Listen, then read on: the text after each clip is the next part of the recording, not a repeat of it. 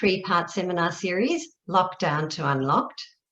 This seminar is Leadership and Self, presented, of course, by our Pollyanna Lenke.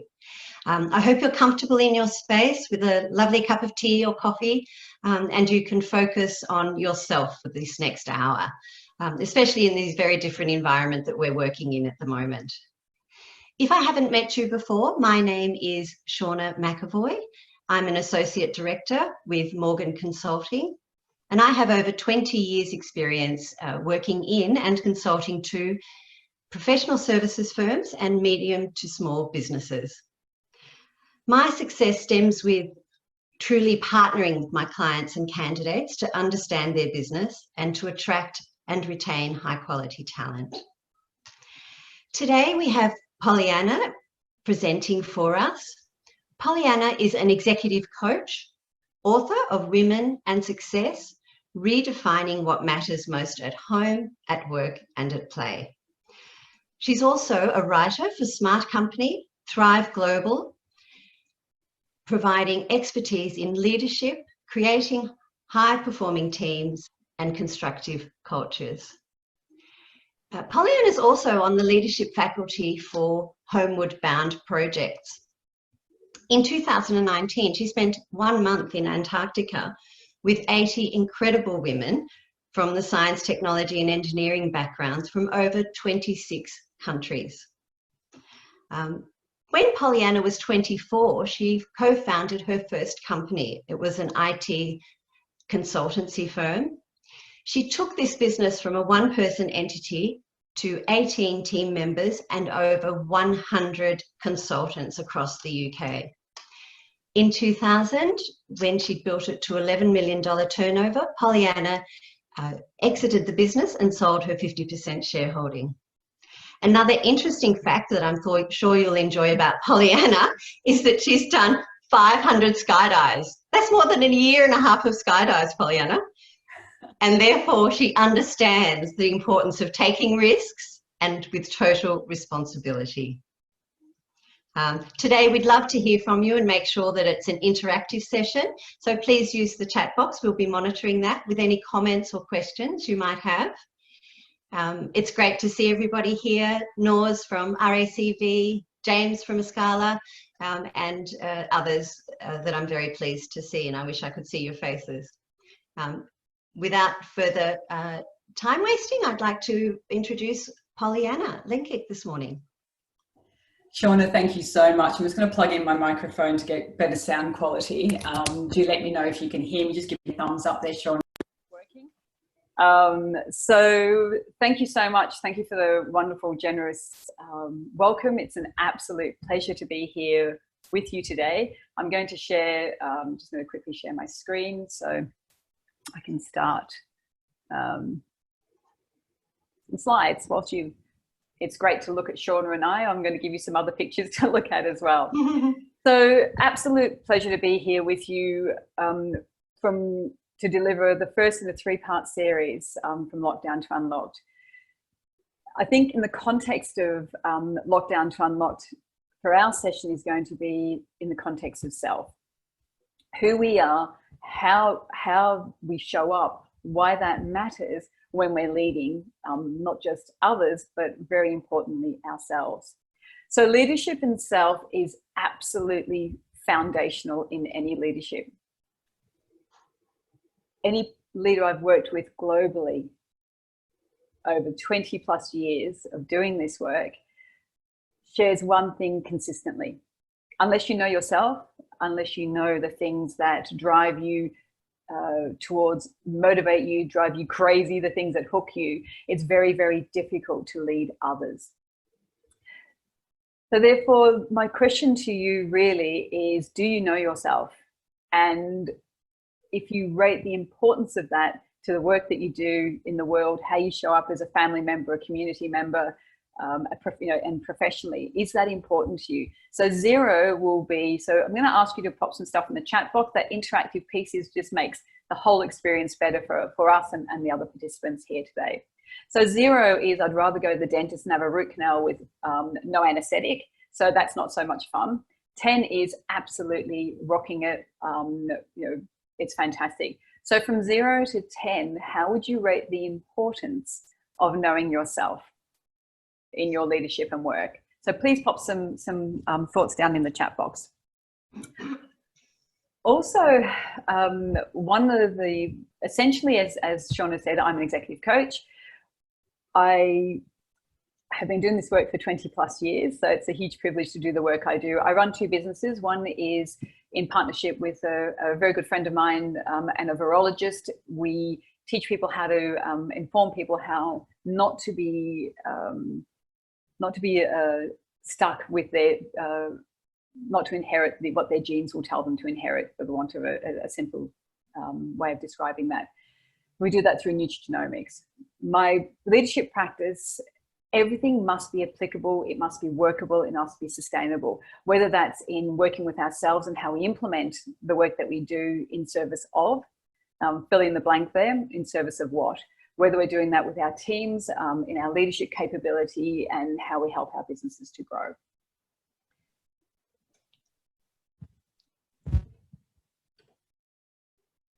I don't know why that's not working. Let's try that.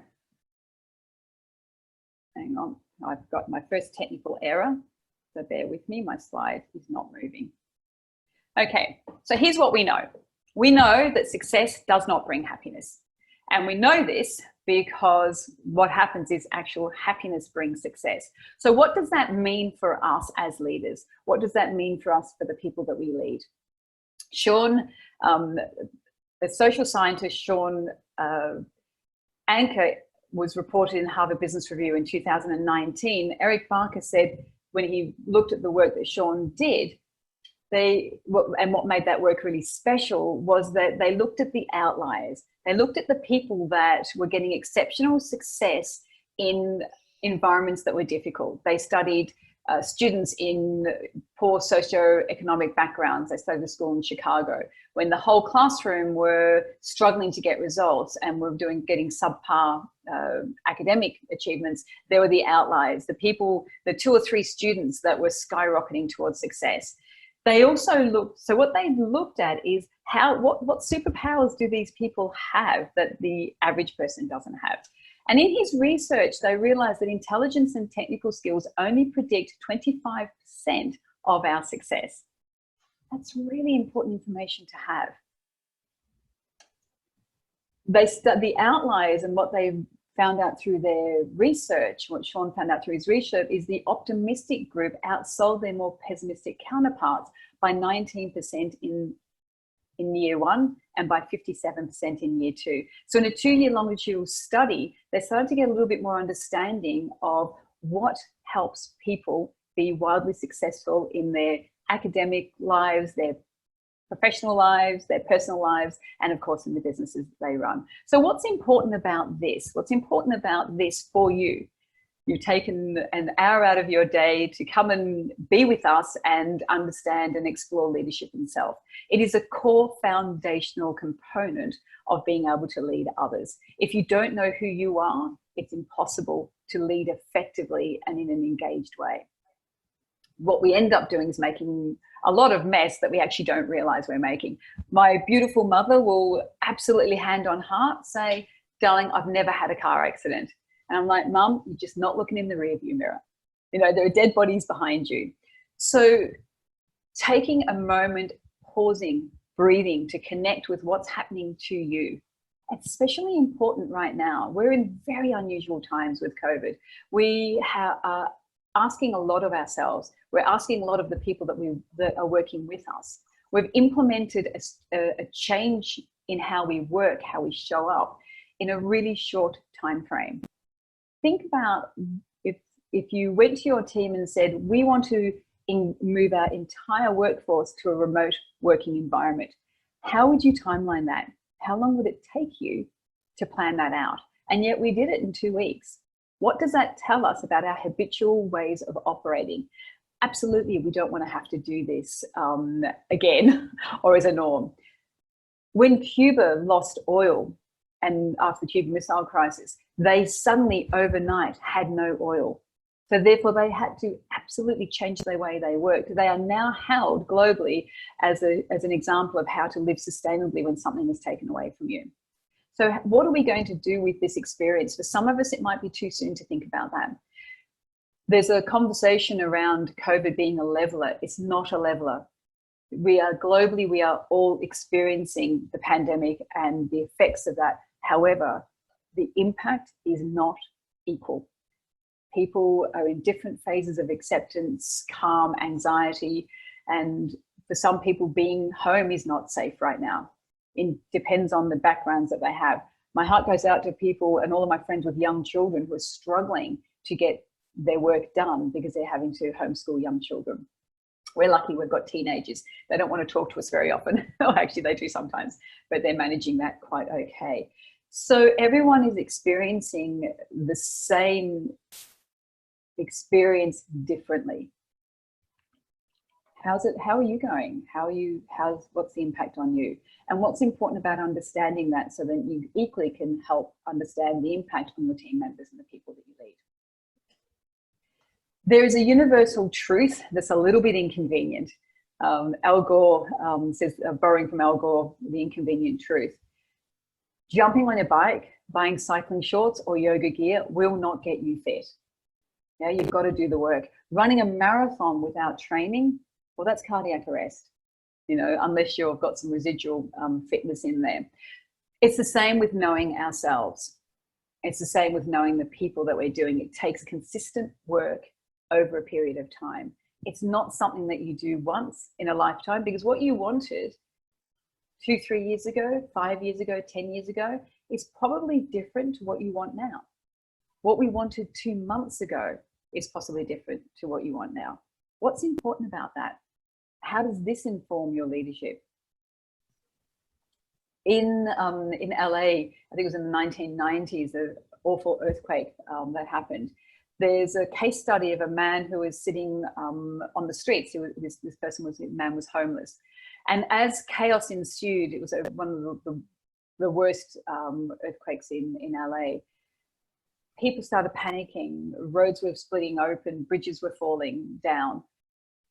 And he was watching from the sidelines, watching the confusion on the road. People didn't know, traffic lights were out, so people didn't know when to move forward, when to move back. He just stood up and he started directing traffic. He started to find the leadership within himself because he saw what needed to happen and he did it without thinking of being in service of. So some ways to ignite our leadership is thinking, looking around and go, what do I see that needs to happen? That's externally focused, that's helping others. I want you to turn the focus on yourself. What needs to happen for you so you can have a most magnificent life? You know, I dare you to have a joyful, fantastic life. You can have a miserable one if you want. Equally valid human pathways. My choice, of course, is to have a joyful existence and a joyful life. So you have to do the work. You have to do the work. It doesn't get done unless you invest in this process. And I think investing in yourself, core foundations of your health and well-being, understanding who you are, what matters about that, and how that will enable you to have a more fulfilled life, personally and professionally. Now that's worth investing in. What do you think?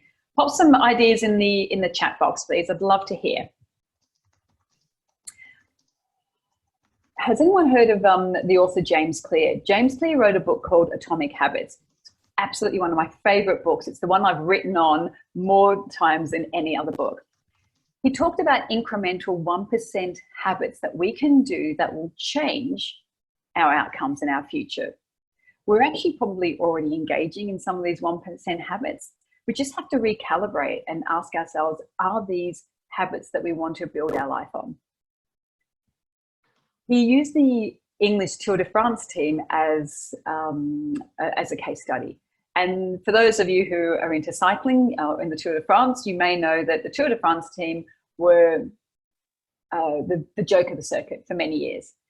They had got a new trainer or a new manager in, and the manager started to look at what are the 1% habits that we could actually do, the incremental 1% changes that we can make that will make us a significant difference to how we perform.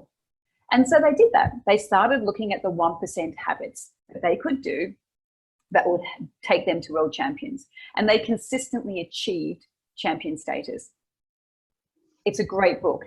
Get the book, Atomic Habits by James Clear. So what are the 1% items that you can do consistently to help you understand who you are so that you can understand better who others are and engage and lead and influence more effectively? There were some core things that Shawn Achor also discovered in his research. And one was when the outliers, the weirdos as he called them, or the people who were achieving results beyond their peers, they were optimistic.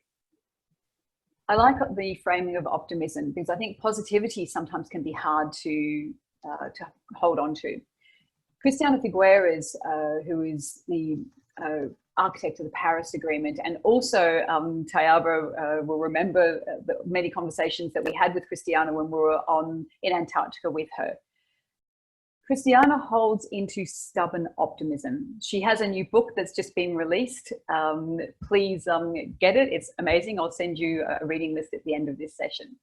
So stubborn optimism, how can we lean into stubborn optimism to help us through difficult times? This is a core piece of resilience. When everything around you is falling apart, what can we hold on to with regards to optimism, our optimism for our future? What does that mean for us personally? Social connection.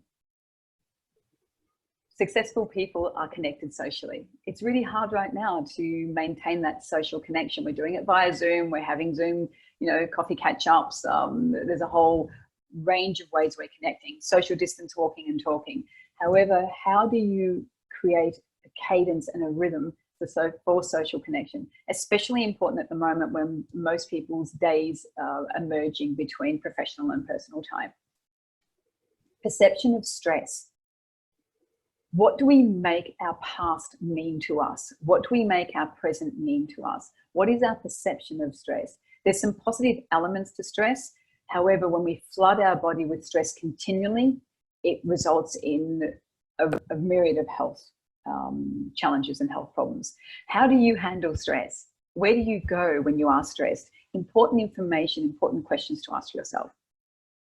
Today is going to really, we want to lift the lid off Pandora's box to say, look inside honestly. It's very, very important to ask yourself questions coming from a place of deep curiosity. And more importantly, have the space and the courage to answer these questions honestly. Leadership and Self-Deception is another one of my favorite books. I have a few favorite books, and that's by the Arbinger Institute.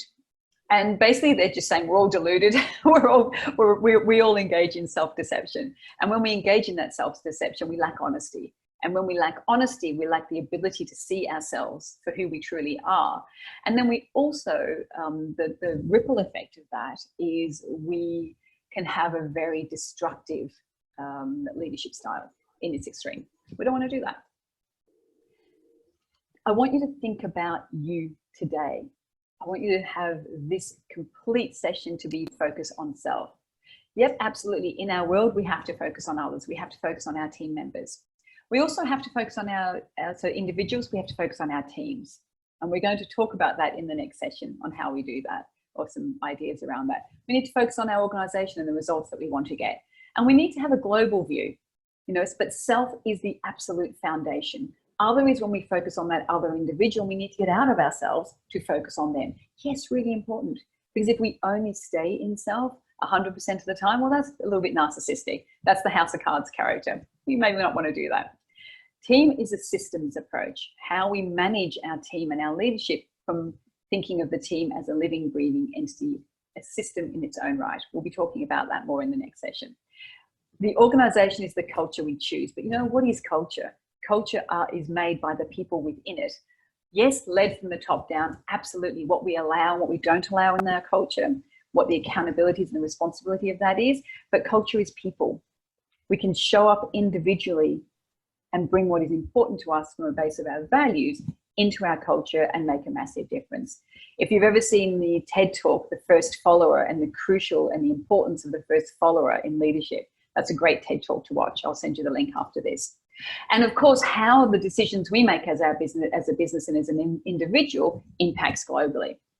So now that I've introduced those different layers, I want you to come back to self, because this is the foundational core piece. Do you know who you are? Do you know who you are? Do you know who you are today? Pop some, I'm looking at the chat box to see if anyone is adding anything in there. Can't see anything yet. Come get some chat box action going on. In a coaching context, we often talk about the small A agenda and the large A. Small A is all the things that we need to do. You know, you can't run a business unless you've done your tax, your GST, all the things that I find not very sexy to do in my business. However, it's a very crucial foundational work to do.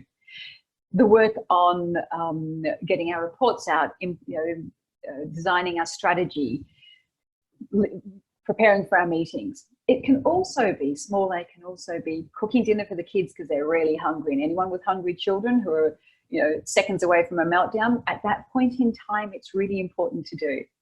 Very important to do. Finding a cure for cancer, small A, incredibly important work to do in the world. However, it's a small A agenda. It's a thing to do. It's something that we invest in. Important, yes. Finding a vaccine for COVID, absolutely crucial and important. Again, we look at that as a small A agenda. It's a collection of tasks and things that we need to do. Very important tasks and things, and we can grade them. A big A agenda, the large A, is who am I being while I'm doing what I'm doing? How do I show up? How do I impact others? And you know what the magic happens is when these two things intersect. Who am I being when I'm doing what I'm doing?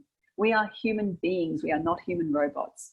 And when we are too task focused with regards to ourselves and others, we can do a lot of damage, because when we are task focused, we treat ourselves and others like objects. The context of how that happens to self, negative internal dialogue, self-judgment, I'm not good enough, I should have done better. We start to hear that in our narrative and the words that we use. None of it helpful or constructive to move forward. A really simple thing that you can do is remove should from your language and change it to could. Watch your world change both internally and externally when you do that. So think about, what are the small A agendas? What are the things that we need to do in the next week, the next month, the next 6 months?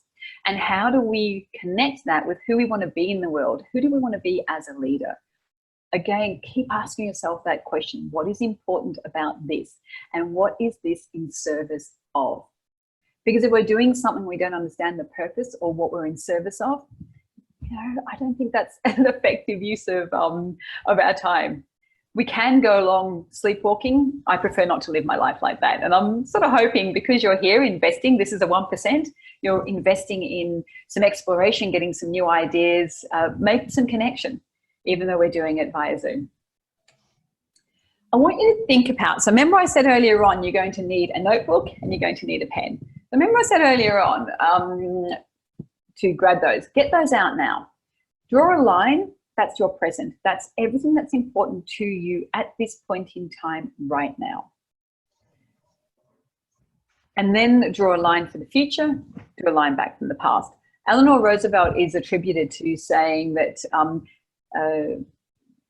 tomorrow is a mystery. What was it? Today is a gift, tomorrow is a mystery. The past has already happened. We can't do anything about that. You know what? I prefer my future not to be a mystery. I prefer to put some training, some thought, some strategy, and timeline that so that we actually end up where we're going. When Alice got to the fork in the road and didn't know which way to go, she looked up at the Cheshire Cat and said, "Which path do I take?"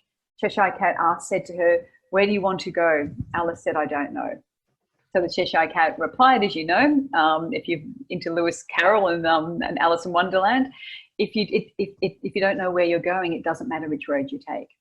Doesn't matter which road you take for your life, because really it comes down to that. It comes down to, how do you want to live now? How do you want to make, what decisions, those 1% incremental decisions that you're making, that your future you, the future you in 6 months, 12 months, 5 years, 10 years is going to be grateful for. As simple as floss your teeth. Your future self at 60 or 70 might be grateful that you did that. Investing in healthy habits and practices, both personally and professionally. Your future you will be grateful for that. having a strategy on what skills you want to align your career on and how you want to maximize those. I think your future self will be grateful you made that investment. The past is what's happened in the past that influences who I am today. So this is an exercise that you can do later on. It provides rich learning and understanding, but what you're looking for is themes. So you can see some marks. That's a timeline representation. So from 0 to, I'm sure we've got lots of, everyone's only 25 on this call, but from 0 to 20 or 30 or 40 or 50, 60, whatever your timeline is in age, takes time to write down every memory you have from the past until the present day. Just write a few words. You might, for the creatives, you might draw an image. What happened that you can remember in that timeline? Then when you look back at that, you'll see themes emerge. There's things that you learned. There are lessons that you're still learning, and there are things that have completely bypassed, and you may sort of go, might be good to take a look at that. The future is strategy, it's thinking, it's planning. How do I create a plan that will take me to the future that I want to be a part of? Good work to do. What do you think? Yes, no, thumbs up, thumbs down? I don't know if you can do a thumbs up or thumbs down in the chat box. So there are 11 foundational elements that will help you know yourself better. Again, always ask yourself, in service of what? Why would you bother to do this work? Why would you bother to do the work in knowing you? Well, it is my absolute desire that you will have the answers to that question with more clarity at the end of this webinar. We're going to go through 5 because it's 11:32, so I want to make sure that we finish on time for you. 1, the power of values. Absolutely crucial to understand the core values of what makes you who you are. What are the core foundational values that inform the choices and the decisions that you make? When we are aligned with our values, when we're living in accordance to those values, so there's congruency there between our behaviors, our actions, and what we value, that's when life flows for us. That's when it feels effortless. Yeah, the challenges are there, and sometimes it can actually feel really hard. However, we have a clarity that our decisions, that the choices we're making absolutely are the ones that are right for us right now. So when you're clear on your values, there's less second guessing. You can always identify someone who hasn't quite connected with their values and they constantly second guess their decisions. Sometimes they can't make decisions because they'll spend a long time, so almost that hamster wheel, going through all the scenarios, not being able to lock down what is right for them. Sometimes there are conflicts between what we want and what we value. Very, very important to get clear on that. And of course, there's also what we are valuing just right now. I had a client who valued drama in her life. So therefore created conflict so that they had drama. I've actually worked with many people over the past 20 years who, by identifying the things they're currently valuing, was directly opposite to their core values. Once they cleaned that up, their life had less conflict, more rhythm, more flow. They had better career success, better personal success, and more harmonious relationships. Please take this work home. I know you're home now, but please take this work that you do on yourself to have better relationships with the people that you love and care about the most. Not saying that you don't love and care for your colleagues, but it's important to do this work with loved ones. We're going to send out a personal excellence strategy part 1 map at the end of this session so that you can actually do some of this work and reflect yourself. And I'd love to hear from you and let me know how that goes. Drop questions to me via email, pigeon, however you communicate. The second one is power of beliefs. The power of beliefs, when we believe something to be true, there's an associated behavior that comes with that belief. And from that behavior, there is an outcome. So if you think about destructive beliefs, I'll call these limiting beliefs. A limiting belief is a belief that does not serve you. I love the frame of does it serve you or does it not serve you? It takes the judgment away and it ignites a deep, deep curiosity. So when we have a limiting belief, then that directly relates to a behavior how we show up. Think about the small a and the big A agenda. One of my clients had a belief that they were only invited to a key stakeholder meeting because their boss couldn't be bothered to go. So it probably wasn't that important. Yeah, it was a really important meeting. However, when they believed that I'm only going as as plan B, that drilled down to a deeper belief of I'm not valued in this meeting. I'm not at the right level of seniority. I'm not valued. My opinion isn't valued. So the resulting behaviors, pop in the chat box, what are some of the resulting behaviors that you would see evidence? So if you're watching a documentary of yourself behaving from a core limiting belief, what are some of the behaviors? What are some of the behaviors that you think this client was experiencing? Sulking, petulant, angry, talking over people because they were so wrapped up in their own internal dialogue, they were missing what was going on in the actual meeting. So by the time they shared an important point, maybe it had already been spoken to, or it was out of context and it didn't matter anymore. Absolutely, Shauna, they're not listening. They're not listening to what's going on internally in the room and in what we call the atmosphere in coaching speak. They're not listening to you walk into a room and someone's had an argument. Do you get it? Yes, it's the energy of a room. They're not monitoring that. It's stand-up comics are fabulous at this. They read the room. When you're so engrossed in negative behaviors, you're not reading the room. Well, of course, you get a whole lot of outcomes that you don't want. Not very helpful. This, again, my friends, fantastic exercise to do. What are the beliefs that you hold about a situation? Understand whether it's a limiting belief or a constructive, helpful belief. What are the behaviors that come with that? And what are the outcomes that come with that? So a coin has two sides. We just flip the belief. And I'm like, doesn't matter if you believe it or not, really. Here's what I know. I know that you have an imagination. I know that there's creativity in you. Why do I know that? So maybe I haven't met you all, because you're human. So when I do this with clients, we flip the belief and I'm going, doesn't matter if you believe it or not. All good. Because your subconscious has no filters. A little bit like Bart Simpson, no filters going on. Everything you tell your conscious mind, your subconscious believes to be true. And then we create our reality from that place. We engage in a set of behaviors. So we call these desired behaviors.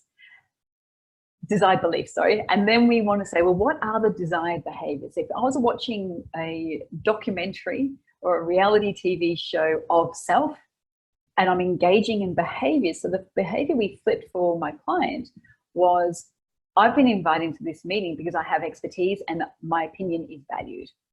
I am valuable was one of the core beliefs. Then we just mapped out all the behaviors that went with that. When you believe, truly believe that your opinion is valued and your expertise is needed in this meeting, what are the behaviors that I see? So some of it was just like posture. I'm actually sitting attentively. I'm smiling at people rather than scowling at people. I'm listening deeply to what's going on. I'm reading the room and I'm adding my expertise in the right moment, either when it's allocated on a schedule or if it's a free-flowing conversation.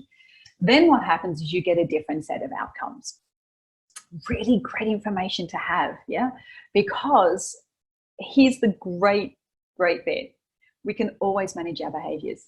Always. So you don't have to manifest a new desired belief and, get your inner yogi on.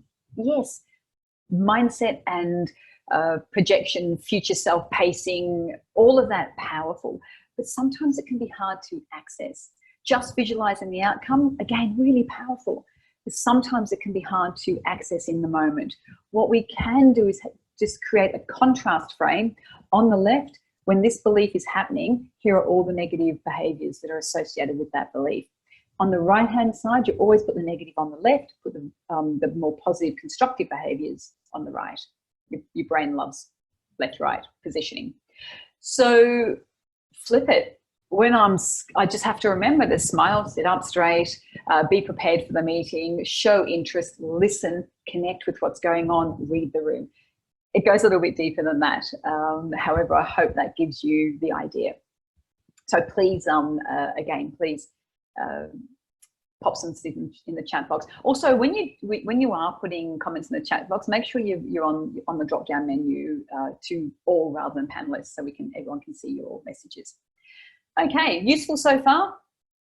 Yes, no? I hope it's useful so far. As you can see, I'm pretty excited about this work.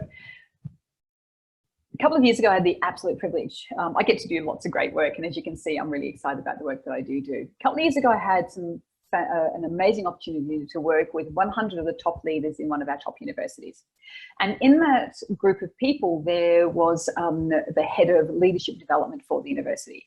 And so we were running a leadership program, and they had the theory covered. Yeah, these are deep experts in the field of leadership. However, what we were doing is a little bit more like the yoga, the practice of leadership. So there's the theory of leadership of who we are, then there's the practice of leadership, how we implement it through our behaviours day to day. Because we all know we must take it from theory, draw on the theory, draw on the expertise, and then how do I implement this and put it into practice so it actually makes a difference. One of the head of learning and leadership from that faculty asked me what was my theory on leadership. Well, he had it nailed. He was one of the absolute preeminent experts in Australia on leadership. But the one thing that I know to be true that we all need when we show up as a leader is to be an adult. Show up in your adult self. Dr. Eric Berne, a psychologist, did some research in the late 60s, early 70s on ego states. And he looked at the ego states of parent, adult, and child. Now, we all have those ego states within us. It's about recognizing which one am I coming from? Am I coming from my adult self? Not everyone in their upbringing has good adult role models. Sometimes we actually have to go back and do the training. What does it mean to be an adult?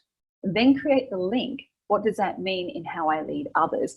And very, very importantly, you know what I'm going to say, what does that mean in how I lead myself? Be an adult.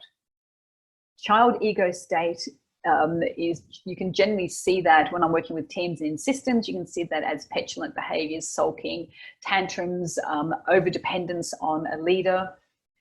It can, parental is lots of you languaging. You always do that. You didn't do this. Investigating in how we bring ourselves back to be an adult is, again, worthy work to do. Strong I messages is a good construct for communication. I think, I feel, I believe. However, don't overuse I messages. Only use I when you own it. Really important piece there. Examine the state of your heart.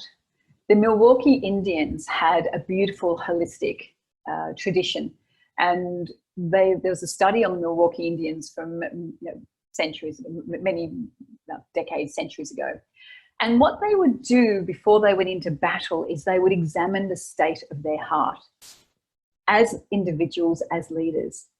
And they would sit in a sacred circle and they would decide whether or not their heart was open-hearted or whether their heart was closed-hearted, whether their heart was strong-hearted or weak-hearted, or whether they were clear-hearted or dull-hearted, or whether they were full-hearted or half-hearted.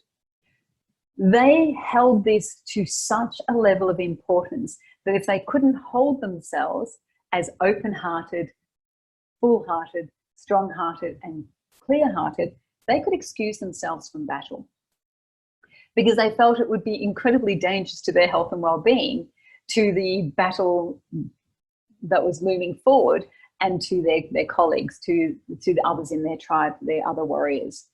Do you know the state of your heart in context to yourself and in context to your leadership?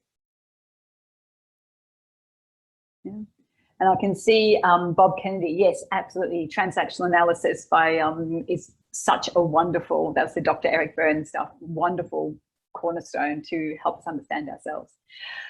So again, I'll send this out to you, but rate you can do this prior to any meeting you go to, prior to any conversation you have, or wake up in the morning and go, how am I feeling today? Half-hearted or full-hearted about what's ahead of me today? Close-hearted or open-hearted? And what happens? What are the behaviors that are associated with being close-hearted or confused? What are the behaviors, those desired behaviors that go with being open-hearted? Really, really important. Do the work. Absolutely crucial to do the work. Again, no one got fit from sitting in the lounge room with the remote. So important to invest in the work of you. The other critical elements which I wanted to share with you is the ability to seek perspective. We won't drill down on these right now. We're coming up, we'll be running out of time on that. But allow failure. Do you allow failure in yourself, and do you allow failure in others? If we don't allow failure in ourselves, and if we perceive failure as a very negative and destructive thing in our lives, then that's where we will lead from. Practice self-care. Now more than ever, it's so important to practice self-care on an emotional and physical level. Master the art of decision-making. When I work with teams, the biggest problem that blocks their process and progress is a lack of decision-making. And it's not just emerging leaders, it's senior leaders as well. Senior teams really struggle to make decisions because of the complexity of the work they're doing. There's a whole myriad of reasons. We'll go into that in the team session. Practice critical thinking. Now, I know in the roles that you do as professional services specialists, critical thinking is a well-developed muscle. When they studied the brain activity of London cabbies, they realized that the area of their brain that dealt with remembering maps, strategy was actually larger than the average person, because they had practiced and developed that ability. If anyone's been in a London cab, you know that they do the knowledge. It takes them years to understand and remember every street in London. Could you imagine doing that? They do. Invest in continuous self-development. This is not a do it once and, you know, all good for the rest of my life. My friend Sandy's a counsellor. We did a lot of change work at NAB together, and she's now in private practice. She has a client who's 85 who comes to her and says, Sandy, why am I still coming to see you? And Sandy, with her very dry humour, says, well, yeah, you're still doing the work because you probably, you know, once we don't need to do that work anymore, that takes us to a different place. Take responsibility. It's incredibly important to take responsibility for ourselves. And that's actually not always easy to do. 5 critical elements of a world-class leader. Again, use this for exploration so that you can start to think about how you implement this yourself. And also, please have a ripple effect. Share this, have a conversation with your team members. Share this work and what the insights that you get from today with them. Know yourself. Commit to the deep work of understanding who they are. So I hope that today will give you an extra impetus to start to really take some time out to do the critical work of understanding who you are. They invest in themselves. So how much time are you willing to spend investing in yourself? And there are many different ways of doing that, from reading a book, from watching a TED Talk, from listening to a presentation like this, from doing deeper work one-on-one with a coach, an exec. And so for some of that past stuff, that if there's unresolved things in our past, then do have some sessions with a counsellor. Really worthy work to do.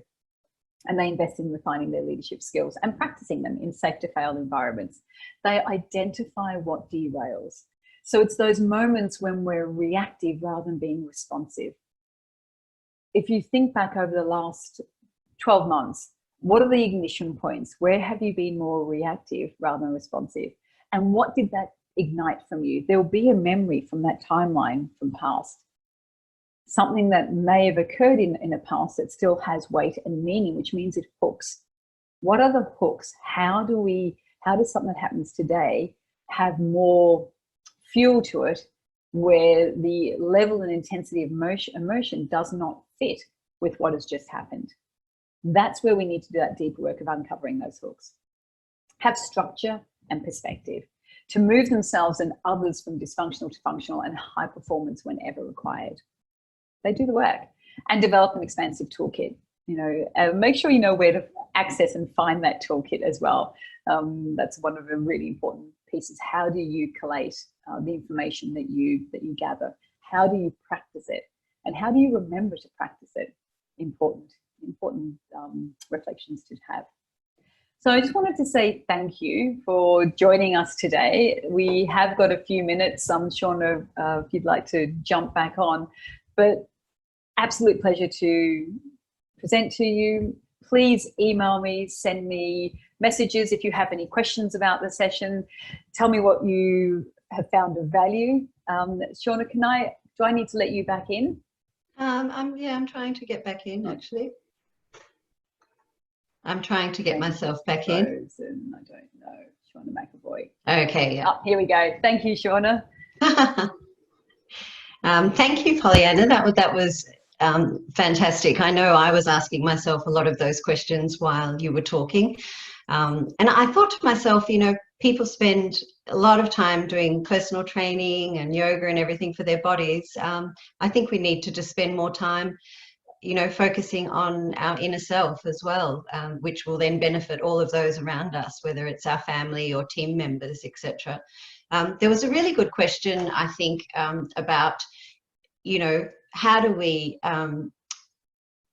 work with people who just, love the drama, and that they don't have the same values as us? Really good question. Thank you. So first of all, noticing the response in ourselves. So when we're working with somebody who we're struggling to be with, what is it igniting in us? That has to be the first question. Because when there's drama ensuing around us, if we're not hooked to that drama, then we can stand back and observe and get deeply curious about what's going on for that person. That's when having a few open questions in your back pocket, some coaching questions, can be really important. So, yes. Shauna, if you were having a drama at the moment, and you were insistent that something had to happen, rather than saying, why are you telling me this, for example, I might say, Shauna, I can see something's really important here. What's important about this conversation? Yes. So a what, when, how question, but also consciously choosing not to be drawn into that drama. Yes. Be an adult. And I think probably during these times when everyone's working remotely, it's probably even harder to understand what people are going through at home. So how would you suggest, because I have spoken to a lot of partners in firms, and they're saying that they're actually seeing a lot of behaviours which they didn't realise when their staff were in the office, that the behaviours are becoming more prevalent when they're working remotely. So if they're an introvert, they prefer just to email you, and you're actually not having direct discussions with them. Whereas when they're in the office, they pop into your office. So how do you think you would work with people like that so that they're still comfortable and feel loved and cared for in their work environment? Well, I think there's no surprise what I'm going to say. You have to care for self first and understand what's going on for you. What are the values that I have, and how can I get curious about the values? So there's a couple of things in here. How do I interact with people who have different values to me? Well, diversity makes our world better. Yeah. So there are certain values that I know I can't be with. And that's values that are destructive to others, and to, that I can't be with the values. And some people have values that maybe aren't as constructive. However, if I can understand your values, what's important about where you're coming from, it opens a space for dialogue from compassion, care, and real curiosity. Yes, there are behaviours that are starting to manifest, and we start to notice more things right now, but we're not in normal times. And there was a BBC journalist talked about COVID. So I think it was someone in British Parliament talked about COVID being a leveller. I think it might have been good old Boris himself. And you know what? It's not. COVID is not a leveller. So I've got clients who are juggling young children, getting up at 4 a.m. to do 2 or 3 hours work before their children wake up, before they homeschool their young kids. And as parents, they're juggling an insane schedule. Your people might be depleted and exhausted. Be the leader that finds out what's going on before you're and what are you as a leader? You're a human being. Be compassionate, be caring for yourself and others, but have those questions in your back pocket that you absolutely can find out what's going on for that human being over there. Right now, we cannot expect 100% from our people right now. We can't. So what are the key expectations? Have you had a conversation about expectations? Do you know what your team members are juggling? And if not, It's a great time. It's a great time, isn't it, Pollyanna, to get to know your staff really well, and even just their families and their environment, so that, you know, when all of this gets back to normal, hopefully you'll be an even stronger team. With the younger attendees, one question was, Pollyanna, talking about values, sometimes it's hard to even understand what those values are. How do you get to that?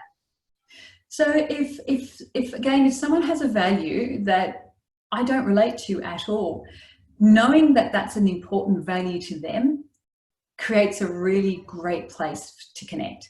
Yeah. You don't have to connect with everybody. Yeah, you don't have to. However, there are times in the work environment where we have to work with our colleagues. So that becomes a conscious choice.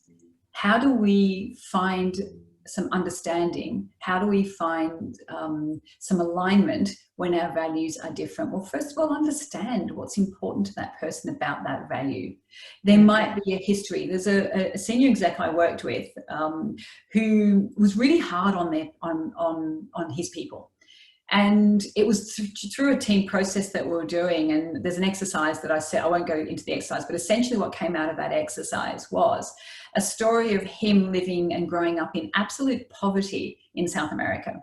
And he was now a very, very senior exec in a global IT company based out of Silicon Valley. So he was so hard on his people. He had the impact of the Pamplona running of the bulls. This was a good human being, but a disastrous impact as a leader. Low retention rate of staff. Technically brilliant at what he did, but yeah, couldn't keep staff members. So what we did is we looked at, and he shared a story that when he felt people were wasting the opportunities that they had, that is when he got really angry. And that came down to shame. The shame. I'm allowed to share this story. It's just I don't identify him, of course. He felt that growing up, that he was the poorest of the poor. Everyone else's dad got to ride the bus to work, but his father would walk to work. And that gave him immense shame as a young person. Then he was exhibiting some not great behaviours towards his father. When his mother told him the reason his father was getting the bus to work was so that he could save that bus money, so one day he could help and put that towards his son's education. That changed everything about his perspective, and he made a decision at that point in time to never waste opportunities that were given to him. And he ended up getting scholarship in the US to a major university and became this extraordinary global leader. However, that ignition point gave him understanding of self and how his poor leadership behaviours, where they came from. That's that past exercise. It also had his team members be a little bit more compassionate, but he had to change behaviours. Does that does that answer the question? James's question, yes, very much. Thank you very much, Pollyanna. Look, I think we're 2 minutes to go. I think we've just had some really nice thank yous from everybody. Arthur, thanks, Pollyanna, great session. Really enjoyed the reminder on the adult, parent, child egos and applying that to self. Also 500 skydives, my goodness. Yes, I only knocked myself unconscious once in free fall, but that's another story. Clearly it worked out all right. Yeah. Oh my goodness. Not a very smart thing to do. Thank you, John. And thank you to Morgan Consulting for sponsoring this event and making it happen so that we can continue to do what we all love doing, and that is to be of service to our clients. I really appreciate that. I will be emailing out some resources to everybody so that we can continue some of this. We've sort of, you know, this isn't even the entree. This is the tasting plate, you know, so the next part will be do some exploration and reflect on what we've talked about today and apply it to what that means for you in your life. Fantastic. Thank you, Pollyanna, and thank you everyone for joining us. We look forward to seeing you again next Friday at 11 o'clock for Leadership and Teams, which will, of course, introduce some very interesting strategy and tools. Thanks, Pollyanna. You take care. Thank you so much, and we'll be sending those links out for registration. Take care, Thank everybody. you. Thanks, ladies. Bye. Bye.